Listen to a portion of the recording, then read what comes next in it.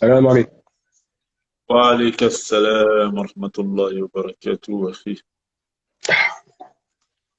C'est un bon débat, là, il y a du niveau, j'aime bien. Ouais, c'est très très bon débat, très intéressant, un partage d'échanges, Bon, il n'y a plus beaucoup de monde, très hein. intéressant. Il n'y a plus que 10 personnes.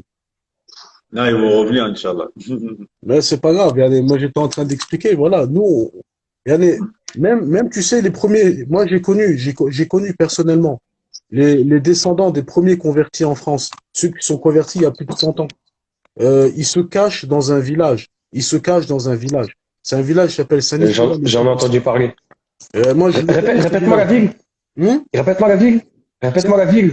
Il s'appelle Saint-Nicolas-les-Citeaux. Ils sont planqués dedans, tu vois, ils sortent pas. Et ils cachent leur islamité. Les mecs, ça fait 100 ans qu'ils sont musulmans. Ça fait 100 ans.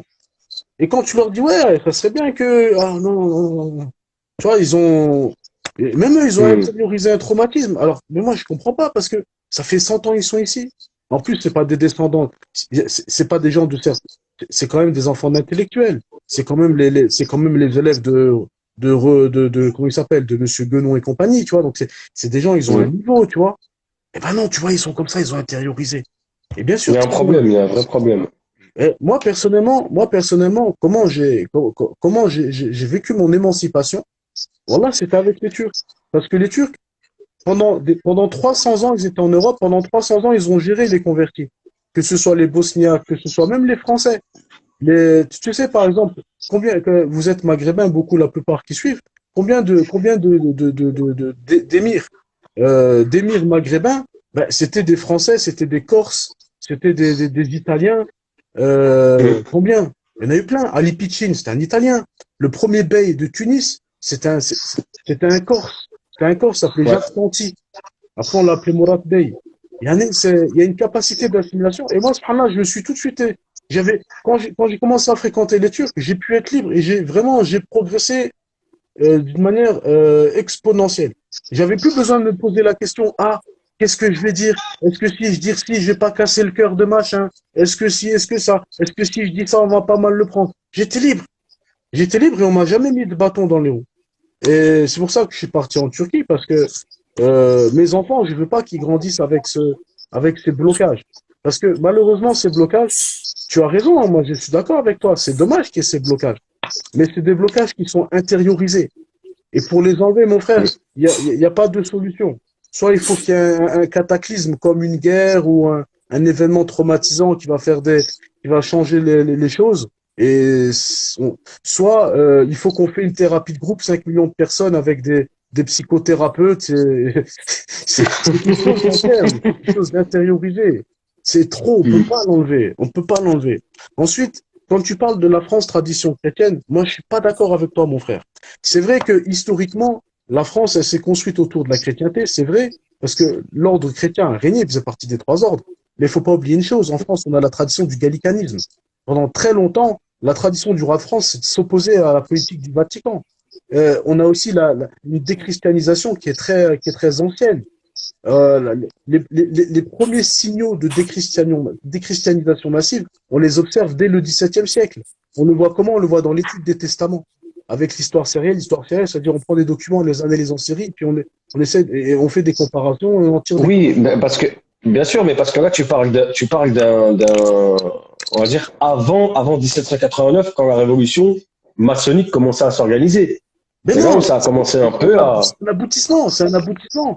C'est-à-dire que même les francs-maçons, par exemple, les francs-maçons, et c'est pour ça que hmm. c'est un cas qui est français, les francs-maçons, si tu es américain, par exemple, si tu veux rentrer dans la franc-maçonnerie, tu dois croire en Dieu. C'est obligé de croire en Dieu. Tu n'as pas le droit d'être athée dans Hmm. la franc-maçonnerie. Dans la franc-maçonnerie anglo-saxonne, tu n'as pas le droit. C'est-à-dire que tu dois prêter serment sur la Bible si tu es chrétien, sur le Coran si tu es musulman. Il n'y a que en France qu'on a une franc-maçonnerie athée. C'est incroyable quand même. Il n'y a que en France. Hmm. Et cette franc-maçonnerie athée, elle s'est mise partout, ben, partout elle a colonisé. Elle s'est mise en Égypte, elle s'est mise dans le Proche-Orient, elle s'est mise dans les pays arabes. Et c'est dans ces loges de franc-maçonnerie athée que s'est développé ben, la politique dans les différents pouvoirs actuellement. Donc Hmm. c'est pour ça, Yanné. Moi, je suis d'accord avec toi. C'est dommage, mais en même temps, voilà. tu as raison, il faut pas partir comme ça. C'est vrai qu'on voit des gens, ils rentrent dans l'islam 3 jours après, 3 mois après, ils veulent partir, 3 ans après, ils veulent partir. C'est pas une solution.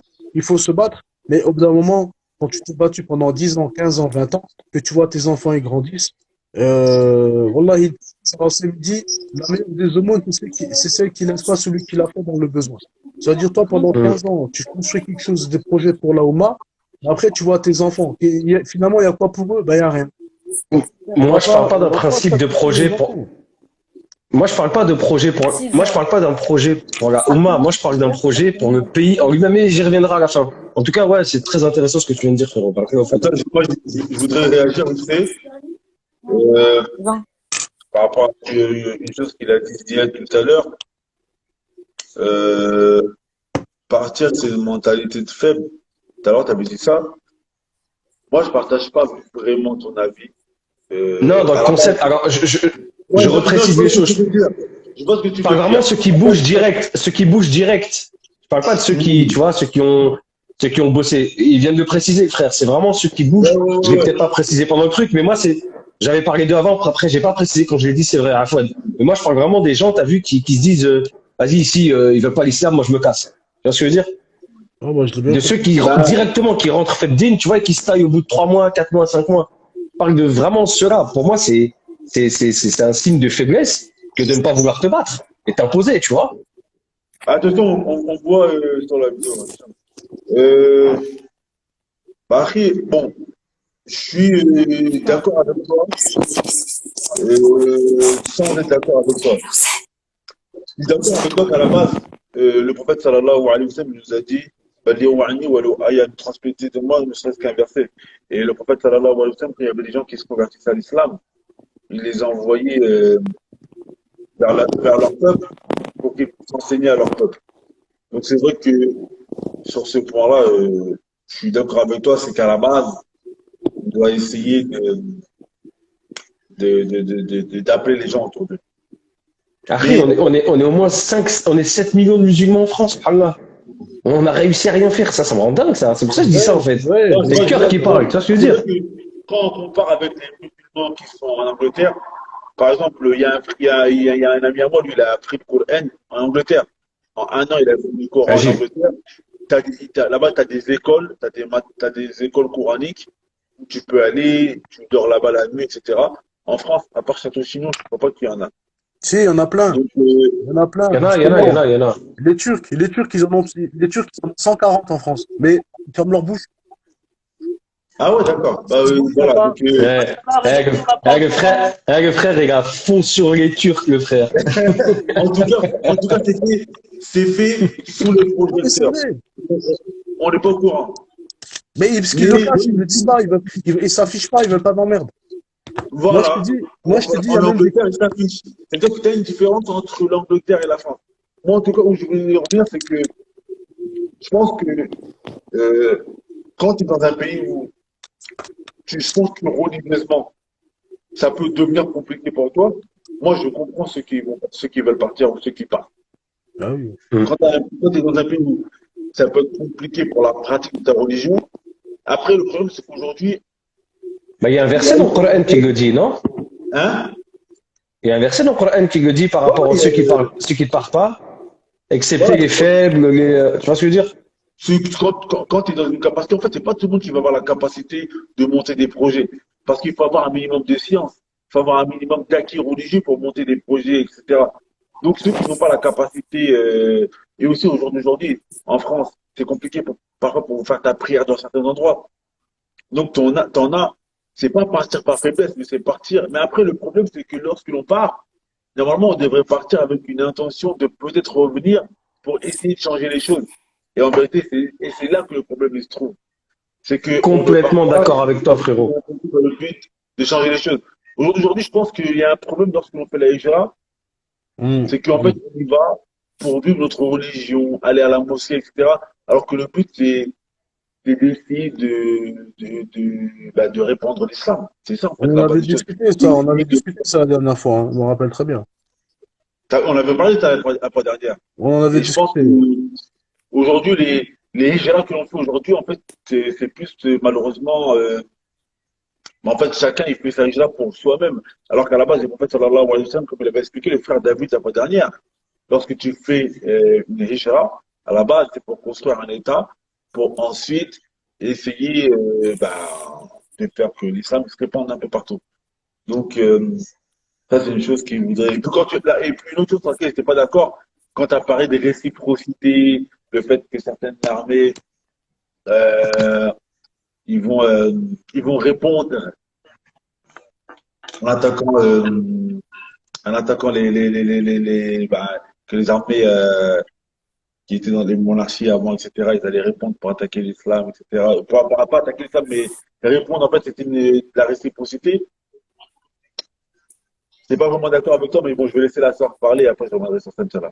Non, mais juste avant de laisser la sœur justement parler, Ouais. je vais préciser mes propos, c'est que, en fait, je ne dis pas que c'est bien qu'à l'époque de la monarchie, ils aient attaqué, tu vois, certains pays dans des principes de conquête ou quoi que ce soit. Je dis juste que c'était l'époque qu'ils le voulaient à l'ancienne, tu vois. C'était comme ça, c'était les conquêtes, les nations cherchaient à s'étendre. On a Daoud avec nous qui est historien et je pense qu'il pourra Je pense que de confirmer. aujourd'hui, le cas de figure, il est toujours présent. Sauf que Oui, tu maintenant, présent, mais sous un autre c'est aspect, du, sous un autre c'est aspect. du- voilà, c'est du néocolonialisme. On essaye de, c'est avec les médias, en ayant T'imposer la démocratie à coup de bombe dans la tronche. Hein. La, la France, la France aujourd'hui, par exemple, ils ont des bases militaires en Afrique. Dans mon pays, au Gabon, il y a une base militaire. Ça, c'est pourquoi? C'est pour pérenniser leur système du néocolonialisme. Mais non, c'est pour la démocratie, mon frère. C'est pour la démocratie, mon frère. Voilà. Pour le droit des femmes. Pour le droit des femmes. On sait jamais. Peut-être les gens, ils vont et tout. On sait pas. Il faut Exactement. protéger les femmes. Bah, on va laisser la sœur réagir, Inch'Allah. Bismillah, ma sœur. Oui, je voulais juste intervenir sur le fait que, voilà, on dit comment aimer la France, pourquoi on n'aime pas la France, mais quand on a un passé avec cette colonisation qui nous a marqué dans nos familles, dans notre chair, on peut pas aimer la France. C'est pas possible. Quand la France, elle a utilisé nos grands-parents comme de la chair à canon, qu'elle les a utilisés comme de la main-d'œuvre, et qu'ensuite, quand nous, on est nés sur son sol et qu'elle nous considère comme des citoyens de seconde zone, qu'elle détruit nos écoles, qu'elle détruit qu'elle ferme nos écoles musulmanes, qu'elle ferme nos mosquées, qu'elle nous empêche de pratiquer, qu'elle est contre le voile. Comment on peut aimer un pays qui nous rejette, qui n'a fait que nous combattre dans nos propres pays d'origine, qui a combattu nos grands-parents et qui nous combat jusqu'à présent? Comment on peut aimer un pays Alors moi, comme ça, en fait? Et en j'ai une plus, question à te poser. Tu es en France actuellement? oui, je suis en France. D'accord. Mais comment est-ce que, alors moi, la question, c'était pas ça là. En fait, c'est une question qu'on entraîne une autre. C'est comment, alors, est-ce que tu peux, La cohérence. rester dans un endroit que tu détestes? Justifier le fait que mes parents Non, sont... comment est-ce que tu peux rester dans un endroit que Comment tu détestes? Moi, je te pose la question, en fait. J'y suis née, donc Moi, je suis né aussi, mais c'est c'est pour pas ça pour que autant j'y que je suis. déteste. Je connais l'histoire de France. Mais Ouais. non, j'ai pas dit que je détestais. Attendez, attends. J'ai Autant pas dit pour que moi, je là, autant pour détestais. Mais je dis comment tu peux aimer. Je déteste pas. Alhamdoulilah, je déteste pas.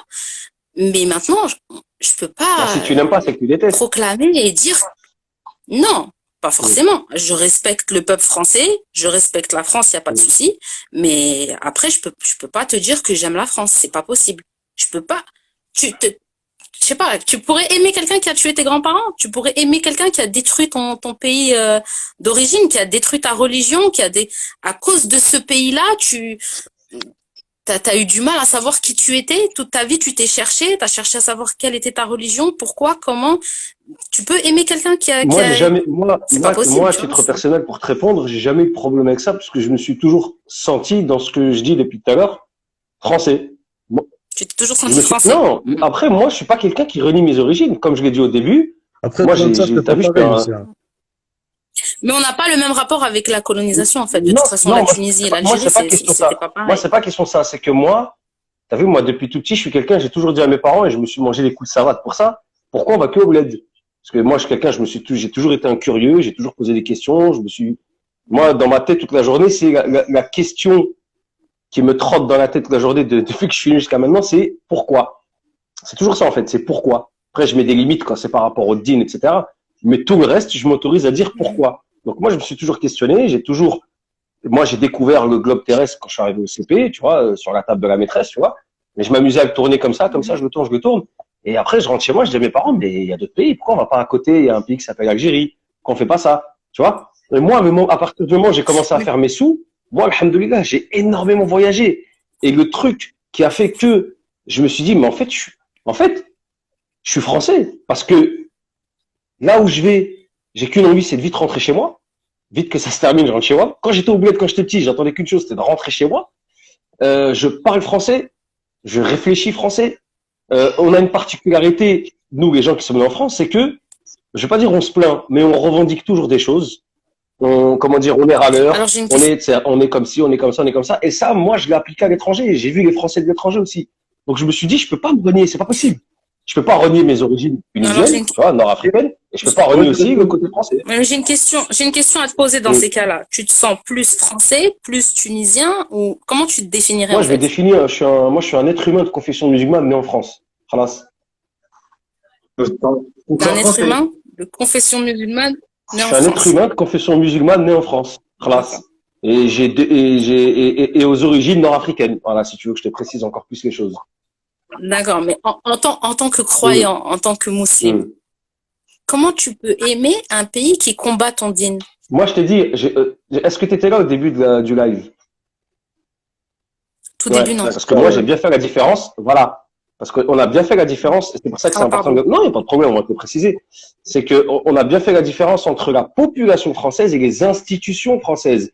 Moi, les institutions françaises, la République, la Mhm. démocratie, la laïcité, je souhaite qu'Allah subhanahu wa ta'ala les humilie et ouvre le sol sous leurs pieds. Pour moi, ça, c'est clair, net et précis. Moi, je suis quelqu'un qui travaille actuellement avec des camarades, tu vois, il y a des musulmans dedans et de confessions aussi chrétiennes qui sont vraiment traditionnalistes, mais tu vois, c'est vraiment les mecs à l'ancienne qui rejoignent énormément beaucoup de principes chez nous, tu vois. On est en train de travailler sur quelque chose, j'y viendrai à la fin, ce sera ma conclusion. Et moi, je suis en train de m'apercevoir que plus j'avance dans ce projet, plus je me dis, c'est tout à fait possible de changer le cours des choses ici en France, nous les musulmans. Parce que sans nous les musulmans, je me suis rendu compte d'une chose, et ces gens-là avec qui je travaille sur ce projet actuellement m'ont dit la même chose. Ils ont dit, sans vous, sans la force aujourd'hui des musulmans, on le reconnaît, on fera rien du tout.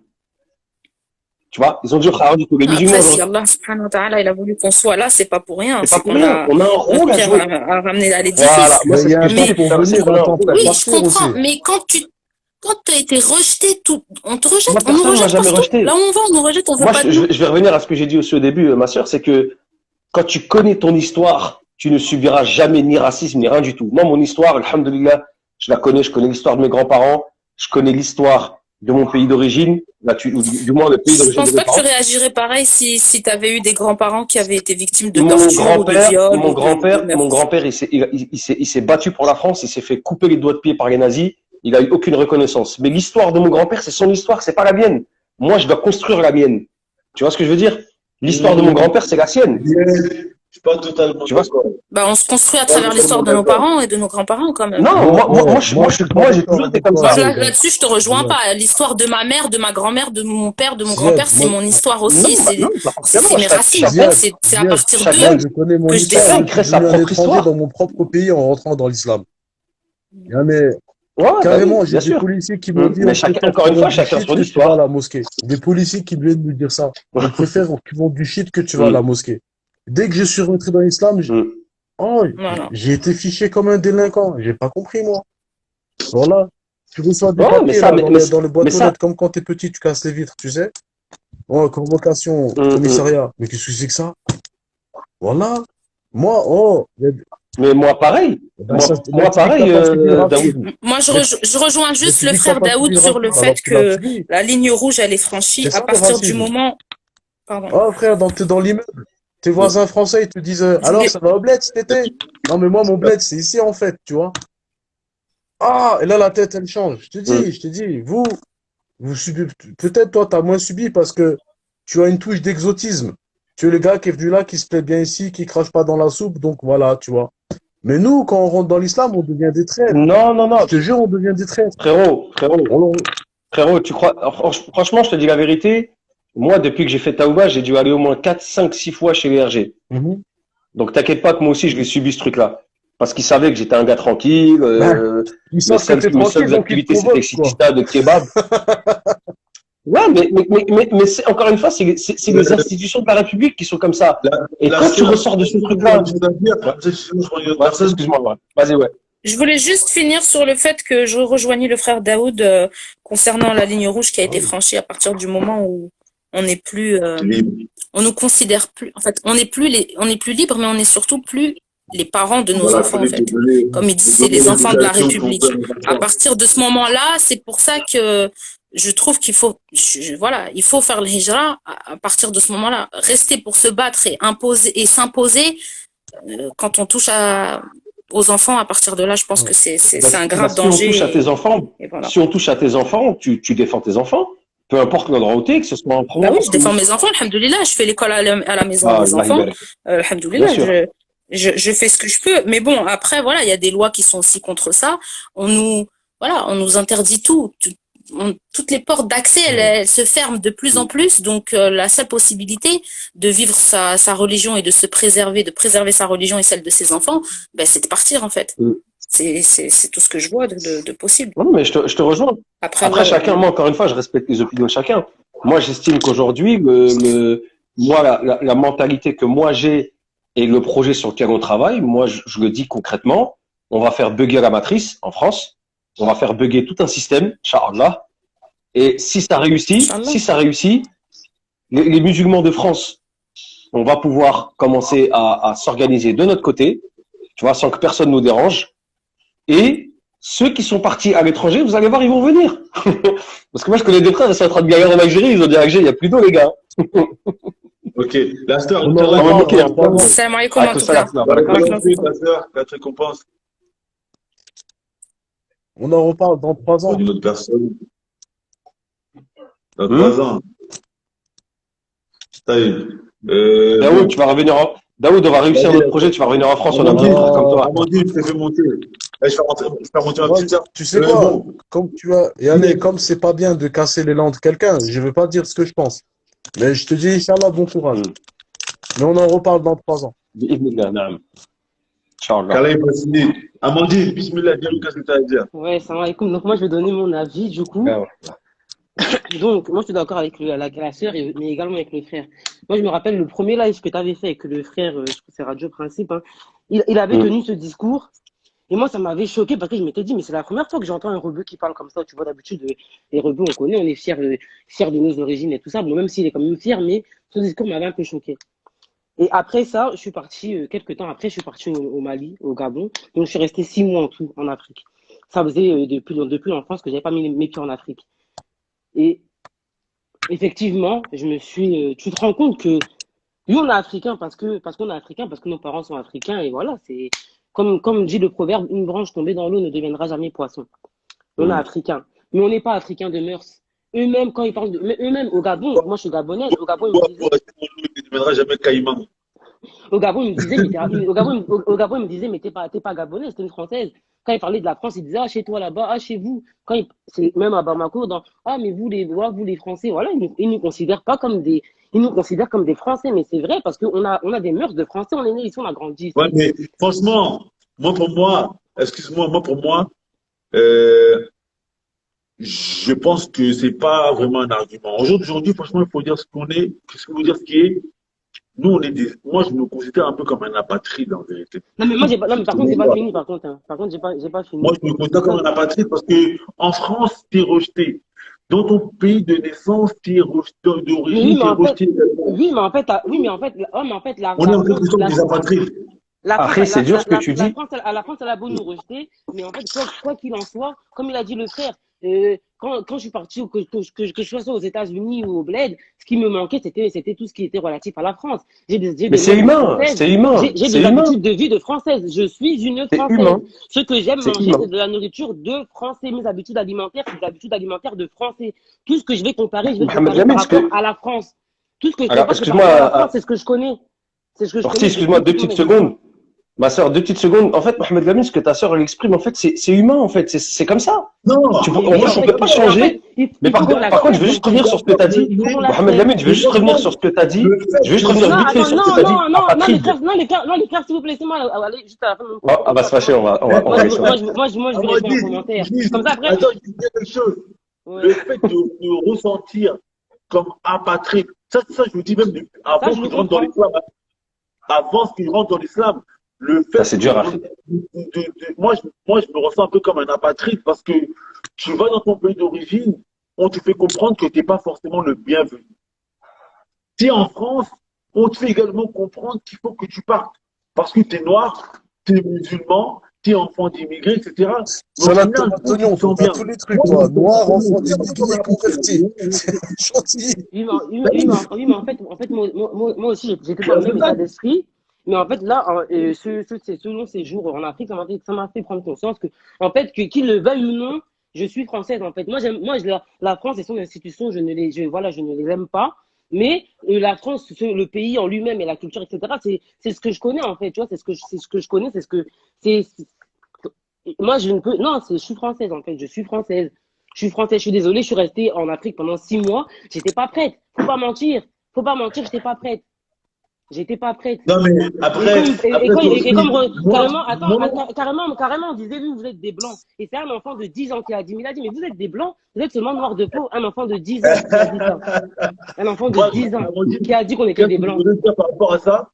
Moi, quand Zied dit qu'on est français, moi, je ne le renie pas dans le sens où moi, tout à l'heure, je disais que il y a des choses que l'on ne pourra pas refouler de notre sport intérieur. Moi, je suis né en Picardie, j'ai grandi là-bas.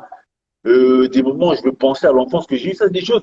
Tu peux même ne pas avoir les papiers français et avoir vécu en France et t'as une attache, en fait. C'est une attache. C'est Et une puis, attache. faut aussi se dire une Mais vérité. il faut se Quand dire t'es à une chose, l'étranger, c'est que ces attaches que tu as avec la France, tu sais, au bout d'un moment, elles peuvent partir aussi avec le temps. Il faut juste se forger un caractère. Il faut juste être habitué à vivre en dehors de la France. Je vais prendre l'exemple de Kémy Seba. Ça fait combien d'années qu'il vit en dehors de la France maintenant? C'est-à-dire qu'il faut être prêt. Ouais, mais Kémy Seba, je suis désolé. Ils sont Je suis plusieurs comme désolé. ça. Kémy Seba va ouvrir son frigo. Va ouvrir son frigo. Et je crois qu'il vit au Bénin, je crois. Va ouvrir son frigo et va ouvrir le frigo d'un Béninois. Tu verras que Kémy merci. Seba, c'est un Non, mais Français. attends, Tu verras là, que c'est un vous allez Français. sur un autre terrain. Là, vous allez sur un Eh, terrain financier. Mais non, ta sœur, on peut dire Ahmed ce Lamine, qu'on veut. On peut Ahmed dire Lamine, ce ta qu'on sœur, elle est veut, en mais train des de te donner une Français. leçon. On peut dire ce Non, qu'on mais veut. attends. On peut dire Là, ce vous qu'on rigole, veut. je On ne rigole. peut pas renier le vous fait allez que sur nous un sommes terrain. des Français. Attends. Là, je suis pas d'accord parce que là, vous allez sur un terrain financier. Il y a plein de gens au Mais Bénin. non, ça n'a Tu rien vas à sur- voir. Il y a Non. plein de gens au Bénin aussi qui vivent bien. Et il y en a d'autres aussi qui vivent mal. Non, Mais lui, non, non, non, il non, pas non, justement. non, c'est pas ça. Tu vas Non, trop attends. loin. Il Tu se vas trop bat. loin.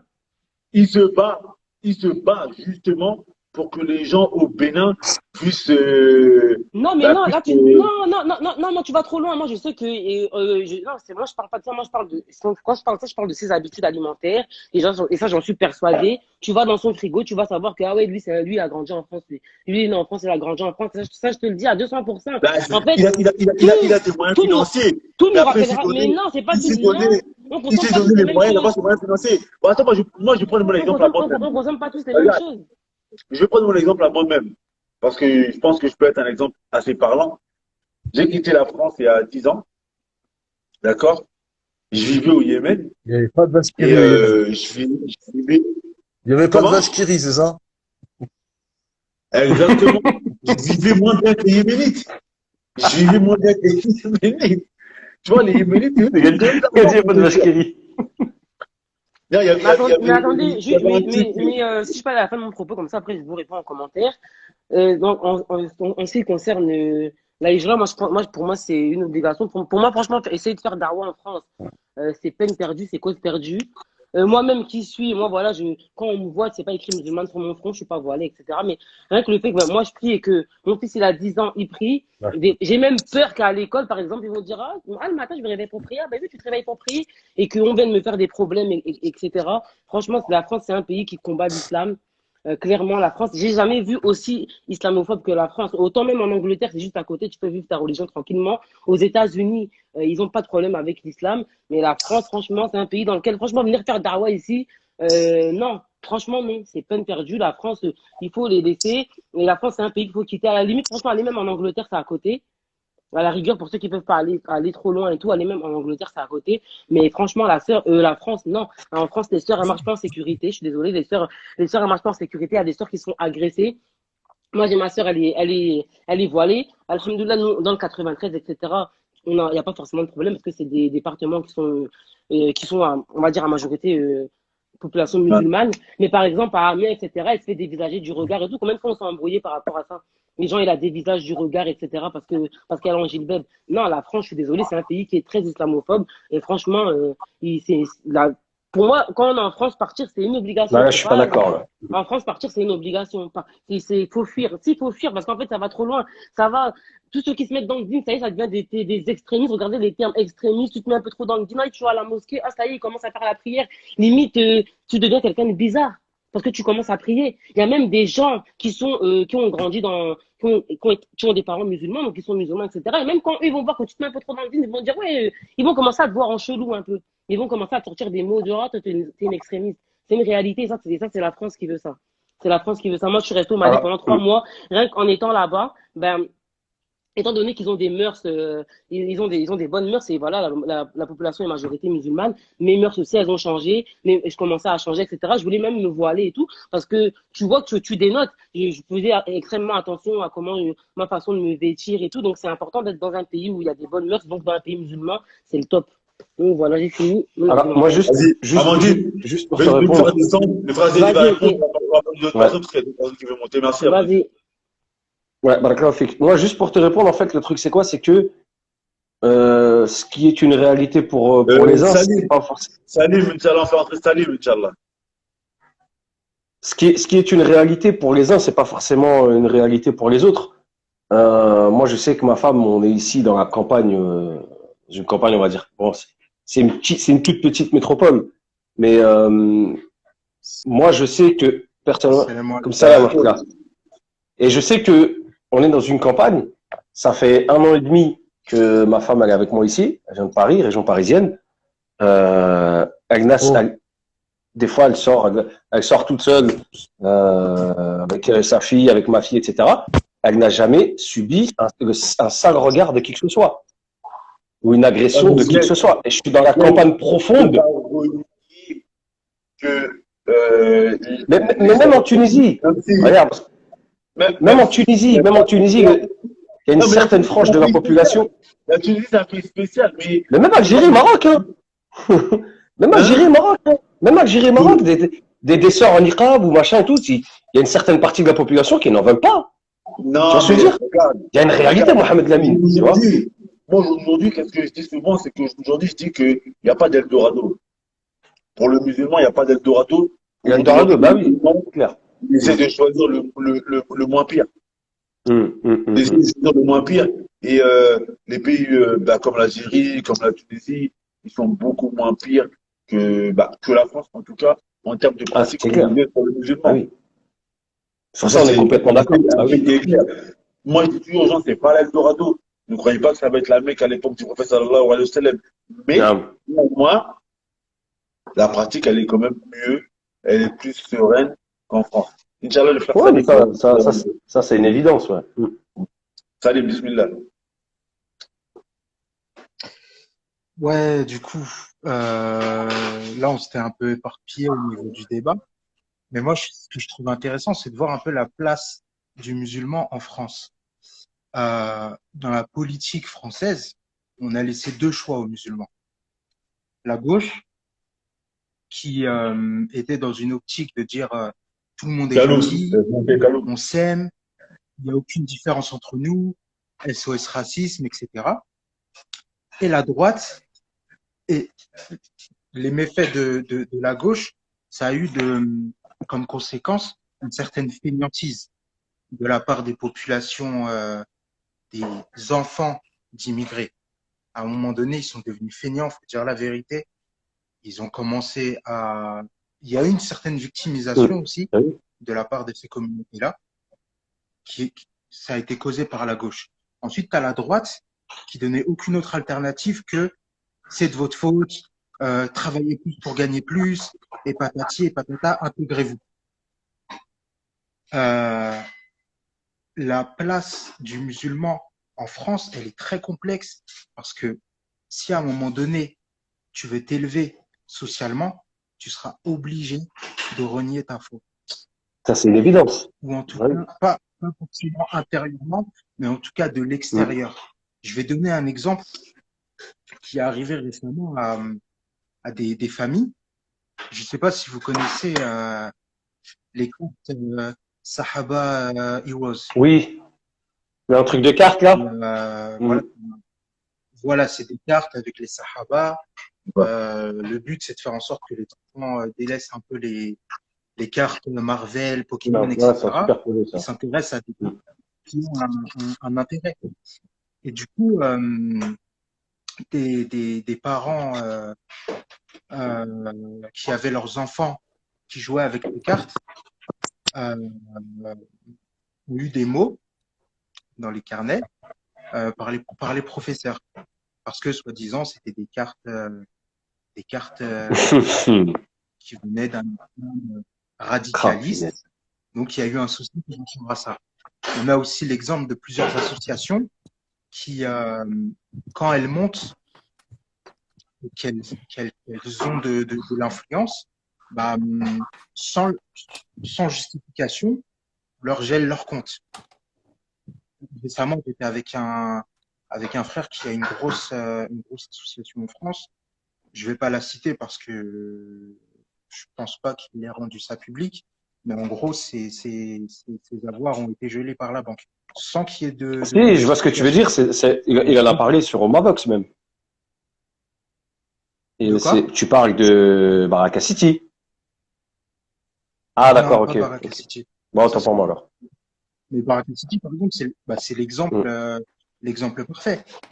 Le mec, quoi qu'on en pense, au bout d'un moment, le mec, sans raison, on est parti faire une perquisition chez lui parce qu'il a dit une vérité sur Zineb El Razoui, là.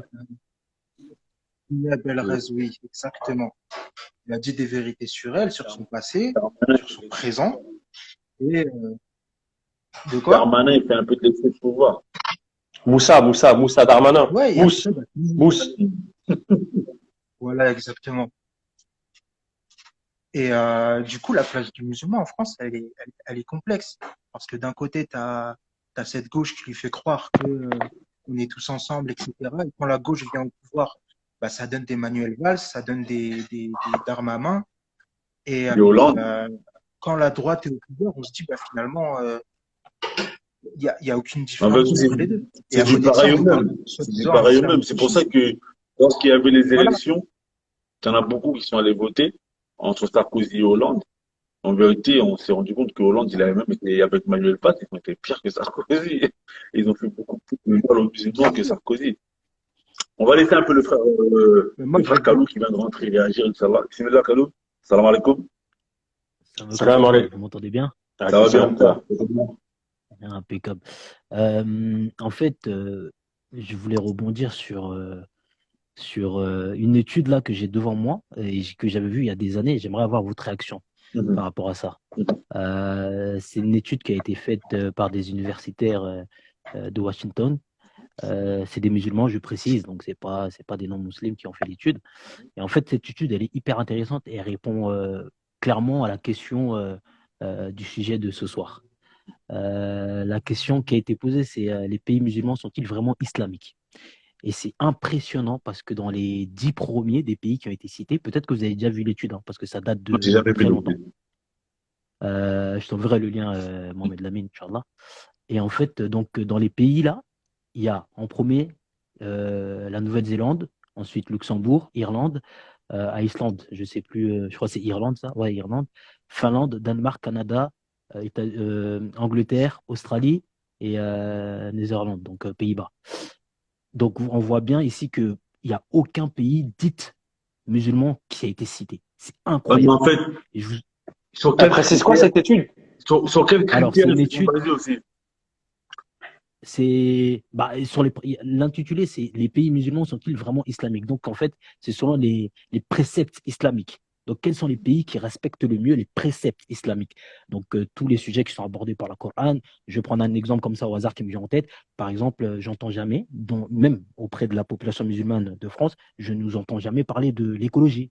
Et c'est impressionnant à quel point, par exemple, le Coran en parle énormément. Et je vous demande de réfléchir, parce qu'on fait beaucoup le procès de la France. Et je comprends, parce qu'il y a une sœur tout à l'heure qui était montée, qui a dit des choses très, très justes. Mais du coup, on voit bien que c'est une réaction qu'elle avait. C'est-à-dire qu'elle critiquait la France par rapport au passé colonial de la France. Il n'y a pas de souci. Je pense qu'on est tous d'accord sur le constat de manière générale. Et le frère qui vient de monter, il a fait la même chose. Et on est tous d'accord sur le constat de la France, sur l'islamophobie montante de la France. Il n'y a pas de souci. Mais maintenant, la question qu'il faut se poser, c'est nos pays soi-disant, je dis bien soi-disant, musulmanes. Qu'en sont-ils quant au respect des principes religieux? Est-ce que vous pouvez me citer 5 pays qui respectent le plus, je sais qu'il n'y en a pas un qui remplit tout, qui respecte le plus les préceptes islamiques? Parce que moi, en fait, pour finir, après je vous laisse la parole les frères, j'ai quand même l'impression qu'on est très basé sur, comment on appelle, le domaine cultuel.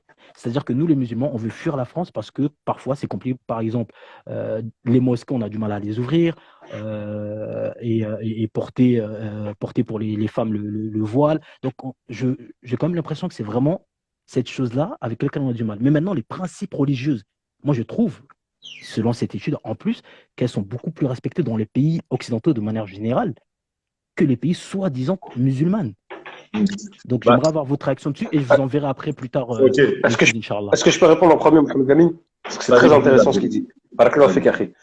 C'est quoi ton prénom, Akhi, que tu viens nous donner cette analyse? Ibrahim. Ibrahim. Là, Jazik, frérot, parce que c'est une analyse très, très, très pertinente. Moi, j'ai écrit 2 livres. Le premier, c'est Autopsie du musulman en France.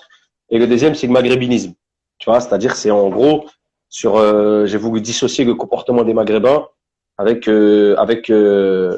qu'on n'arrête pas de coller l'attitude des racailles du maghrébine en France à l'islam. Exactement. Tu vois ce que je veux dire? Donc moi, j'ai écrit... Attends, je t'en supplie, je te coupe la parole 2 secondes. Vraiment, ça va pas durer d'ailleurs. Vas-y. Pour aller dans ton sens 2 secondes. Parce que tout à l'heure, j'ai trouvé ça génial. C'est la première fois que j'entends un maghrébin reconnaître, parce que j'ai senti que tu, quand même, tu t'intéressais à l'histoire. Tu as dit tout à l'heure quelque chose de très fort. Tu as dit le Maghreb a été colonisé par les Arabes. Alors, je sais qu'il y en a certains qui le savent. Mais tu sais, quand tu dis ça à des frères arabes, parce que moi, je dis toujours que l'islam, en tout cas de France, est très arabisé, et même de manière globale. Très maghrébinisé. Maghrébinisé. Voilà, on est d'accord. Tu as raison de me reprendre. Je vois totalement ce que tu veux dire. Donc, et quand tu as dit ça, franchement, j'ai dit, mais waouh! Parce que si ça vient d'un autre qu'un maghrébin, ils vont dire, ouais, mais lui a un problème avec les Arabes, nanana. Donc, j'ai trouvé ça pertinent. Je te laisse partir.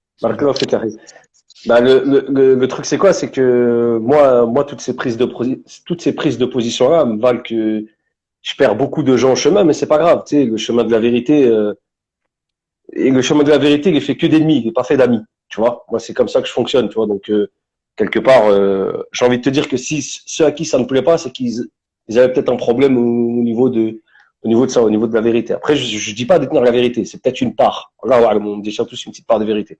Bref, pour venir sur ce que je disais, j'ai écrit un chapitre dans le 2e livre où je crois que c'est dans le premier, je sais plus c'est dans lequel. Je crois que c'est dans le 2e, et je l'ai appelé le rapport avec. Alors attends, 2 petites secondes, parce qu'il est derrière moi, rapidement. Comment est-ce qu'il s'appelle? Voilà, c'est le rapport à la création divine. Je l'ai appelé comme ça. Et je donne une anecdote dedans. Un frère, un jour, il était en Égypte. Il est revenu d'Égypte. Il m'a raconté, il m'a dit, Zied, il m'a dit, Wallah, j'ai fait 2 semaines là-bas. Il m'a dit le truc qui m'a le plus choqué. Écoute bien, il m'a dit, j'arrive à l'aéroport. Il m'a dit, j'arrive à l'aéroport, je prends mon taxi, je vais chez le frère qui m'a invité. Sur le chemin, et tu sais, c'était après les événements qu'il y a eu en Égypte en 2014, quelque chose comme ça, là, les espèces de révolution bizarre, là. Tu vois? C'est en 2010. 2010, voilà, barakallahu fik. Et sur le chemin, il avait un cheval mort par terre, tu vois. Il était mort, machin. Les gens, ils passaient devant, normal, tu vois. Les enfants, ils jouaient au foot à côté. Une situation, même dans les films hollywoodiens, tu vois pas ça. Même dans les films Zepekenio, tu vois pas ça, frère, tu vois. Et le pire dans cette histoire, c'est à son retour. Le cheval, il est toujours là, mais il a gonflé, il est vert, bleu, gris. Personne n'a ramassé rien du tout. Agib. Il y a plein d'autres histoires quand on va moi, par exemple, quand j'allais en Tunisie, étant petit, juste je finis, Mohamed Lamine. Moi, j'ai des choses qui, jusqu'à aujourd'hui, pour moi, c'est traumatisant.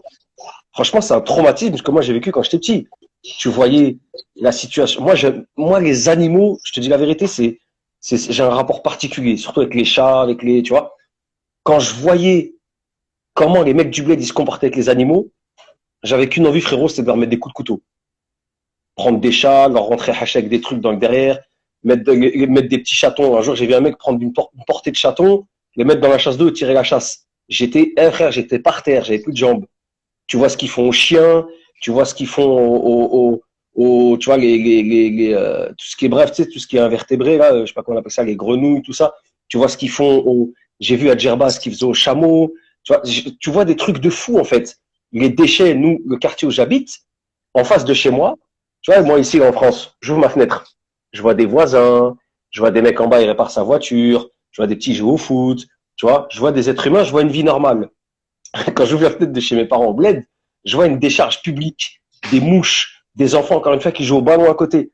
Donc, encore une fois, Va au Bervilliers, tu vois. Ouais, bah oui, 93, frérot, c'est la crasse du monde, mon frère. Tu vois, je vais pas dire de l'Afrique, mais du monde. Toute la crasse, elle est dans le 9-3, mon frère. C'est pour ça que je suis parti en courant, moi.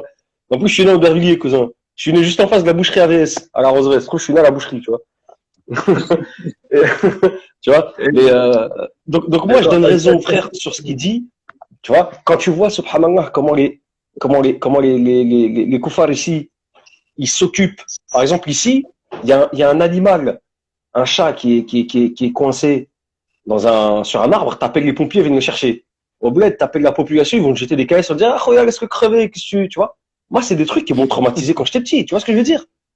Donc, c'est pour ça que moi, depuis, subhanallah, à partir du moment où j'ai commencé à avoir ma propre gamberge, comme disent les Lyonnais, tu vois, quand je commence à gamberger, quand je commence un peu à avoir des sous aussi, tu vois. Et je prenais le train, je partais tout seul en République tchèque, je partais en Italie, je partais en Belgique, je partais en Suisse, je partais en Angleterre, tu vois. J'ai vu autre chose, j'ai vu que partout où on allait, partout où je suis allé en Europe, enfin dans le monde, et là où il y a des musulmans, les musulmans, c'est pas ceux qui s'occupent de l'écologie. Ils en ont strictement rien à carrer.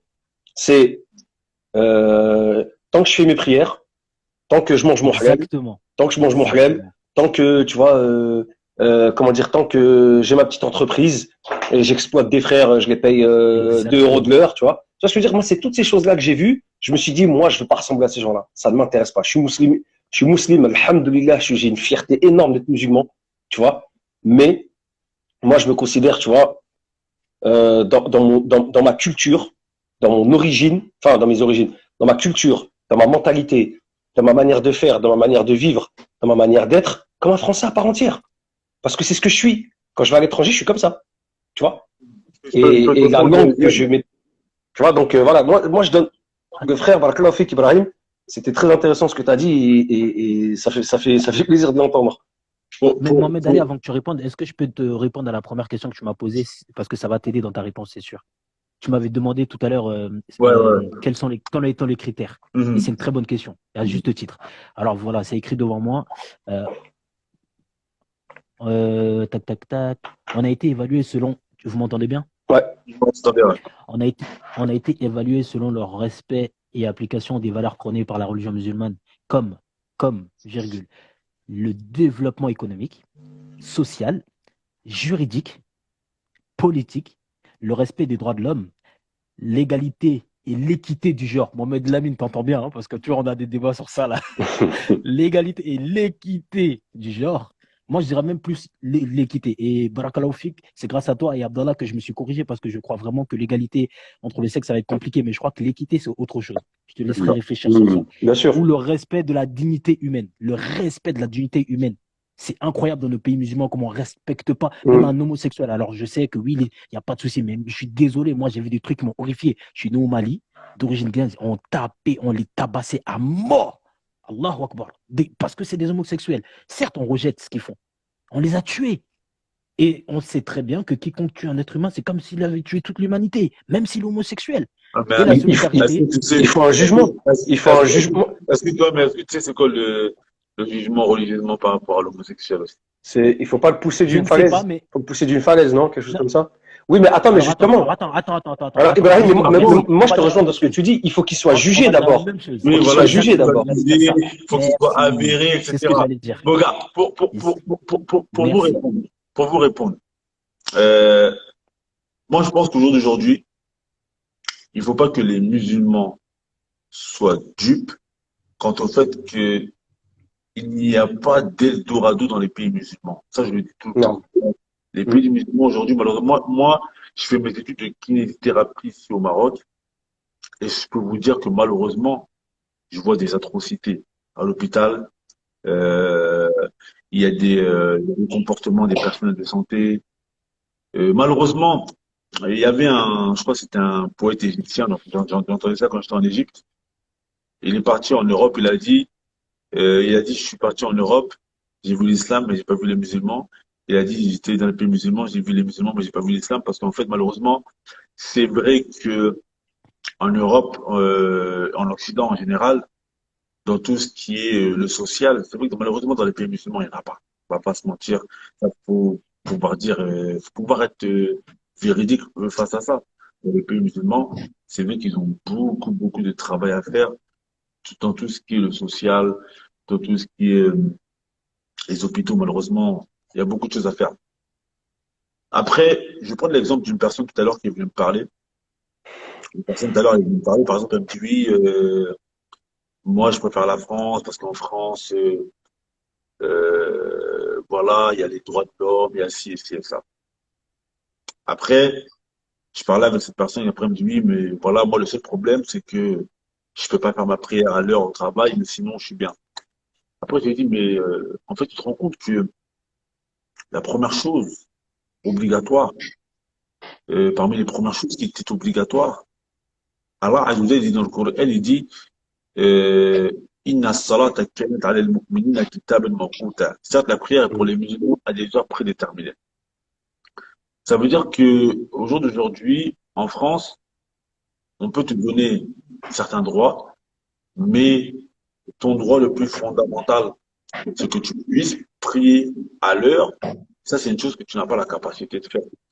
Et le prophète sallallahu alayhi wa sallam, il nous dit que, en gros, le fait de délaisser une seule prière, le fait de délaisser une seule prière, ça peut faire entrer la personne dans l'apostasie, hein, pour certains savants. Non. Le fait de délaisser une seule prière. Ça veut dire que je pense que toute personne qui raisonne de manière cohérente et équilibrée, moi c'est pour ça que je disais tout à l'heure qu'il faut savoir reconnaître. Je pense que le musulman aujourd'hui, il doit savoir reconnaître les bienfaits qu'il a pu avoir en grandissant en France, parce qu'il y a eu des bienfaits dedans, on va pas se mentir. Bon, aujourd'hui, après 10 ans de voyage, je me vois qu'on a eu la chance de pouvoir aller à l'école. Il y en a qui n'ont pas eu cette chance-là, même dans les pays musulmans. Mm. On a la chance que quand tu travailles pas, tu peux avoir des aides pour te soutenir, etc. Ça, c'est des choses que le musulman, faut pas être borné au Faut point être de ne pas ingrat. vouloir, Faut voilà, être être ingrat, ouais. ingrat, au point de ne pas vouloir reconnaître les bienfaits que tu peux avoir. Mais je dis aussi qu'il ne faut pas négliger les injustices qu'il peut y avoir en France. Et aujourd'hui, en France, il peut y avoir également des grandes injustices. Et comme il disait tout à l'heure le frère Daoud, au jour d'aujourd'hui, en France, on est plus libre de pouvoir éduquer nos enfants comme il se doit. Et ça suffit. Cela, ça suffit pour moi, hein, au fait de partir. Parce qu'au final, tout ce que vous avez mentionné là, tout ce que vous avez mentionné là, c'est des bonnes choses. Mais au final, c'est que des choses de la dunya pour moi, en fait. C'est des bonnes choses. Pardon? Attends. Oui, Non, mais pour tu moi, peux c'est pas des dire bonnes c'est que des choses. choses de là. Non, mais Pour attends, moi, attends. On c'est te que des choses dit, de la dunya dans le sens où, laisse-moi terminer mon propos. Pour moi, c'est que des vas-y. choses de la dunya dans le sens où euh, c'est bien, l'écologie, c'est une bonne chose. Le musulman, C'est une bonne chose. C'est une c'est partie du primordial. Coran, mon ref. C'est primordial, c'est une Bah bonne oui. chose, c'est important, tout ce que tu veux. Mais Allah Azza wa Jalla, dans le Coran, il nous dit ولا يغررنكم ولا يغررنك تقلب الذين كفروا في البلاد متاع قليل ثم مأواهم جهنم Mm. وبئس المهاد. Je crois وبئس المصير. Allah Azza wa Jalla, il nous dit dans le Coran, il nous dit et que les activités des gens qui ont mécru Ne te trompe pas. C'est qu'un bien mondain. Et après, le refuge à l'enfer. Qu'est-ce que je veux vous faire comprendre par là? C'est que c'est des bonnes choses qu'ils font. C'est vraiment des bonnes choses. Et moi, je suis tout à fait d'accord que les musulmans, normalement, ils doivent être les premiers dans tout ça. Et c'est pas normal que les musulmans ne soient pas les premiers dans tout ça. Moi, même en Arabie Saoudite, il y en a, moi, je suis pas quelqu'un qui suis borné. Et j'essaie de bien comprendre, frère. En Arabie Saoudite, au jour d'aujourd'hui, il y a énormément d'injustices. Et il faudrait que ça change. Au Maroc également, en Algérie, ça, il faut le reconnaître. Au Sénégal, au Mali, les pays musulmans de nos jours, ce n'est pas l'Eldorado.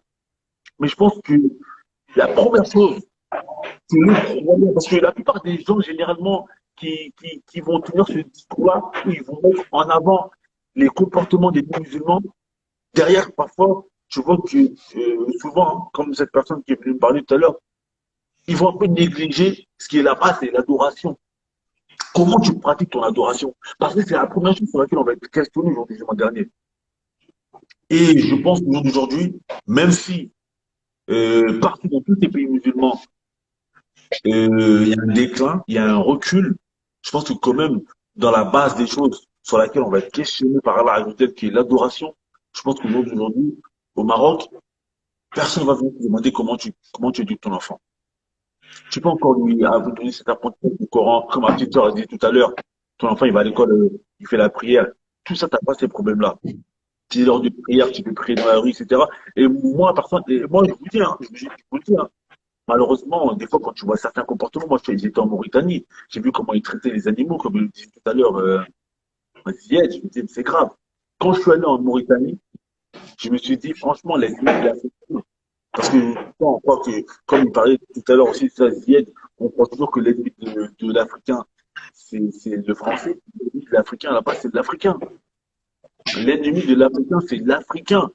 C'est pas le blanc qui nous a dit, tu vois les gens, ils jettent la nourriture devant chez eux, ils jettent les poubelles devant chez eux. C'est sale. C'est malheureusement l'ennemi de l'Africain, c'est l'Africain. Parce que parfois on aime bien se plaindre. Oui, les Européens, ils ont fait ci, les Occidentaux. Mais c'est pas les Occidentaux qui t'ont dit de jeter la nourriture devant chez toi. Faut qu'on se prenne en main. Ouais. Il faut qu'on se prenne en main nous-mêmes. Je pense que les premiers critères que l'on doit mettre en avant, c'est la capacité à pouvoir appliquer les obligations religieuses, la prière, etc. Moi, c'est mon avis sur la question. Alors, juste rapidement, vraiment très très rapidement, Akhi Ibrahim, après, je pense que Salim, il a son mot à dire aussi par rapport à ça. Juste un truc, je vais confirmer les propos du frère Ibrahim dans ce qu'il dit, parce que même dans le djihad, c'est-à-dire pendant la guerre, le prophète sallallahu nous a donné des recommandations au niveau de la faune et de la flore. C'est-à-dire, il faut pas couper les arbres, pas tuer les animaux qui sont aux alentours, etc.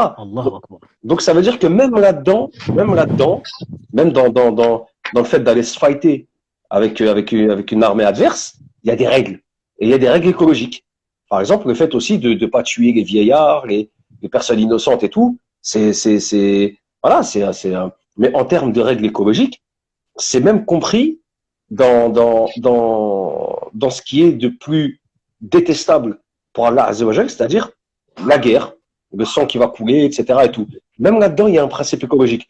Donc moi, ce que le frère dit, après ce que tu dis, Mohamed Lamine, moi je suis d'accord avec toi, hein, que c'est l'ibad qu'on doit mettre en premier, tu vois, dans chaque, le musulman, son critère, c'est la première des choses, c'est, quand il va chercher un boulot, c'est est-ce que c'est en conformité avec mes ibad, avec mes ibadat.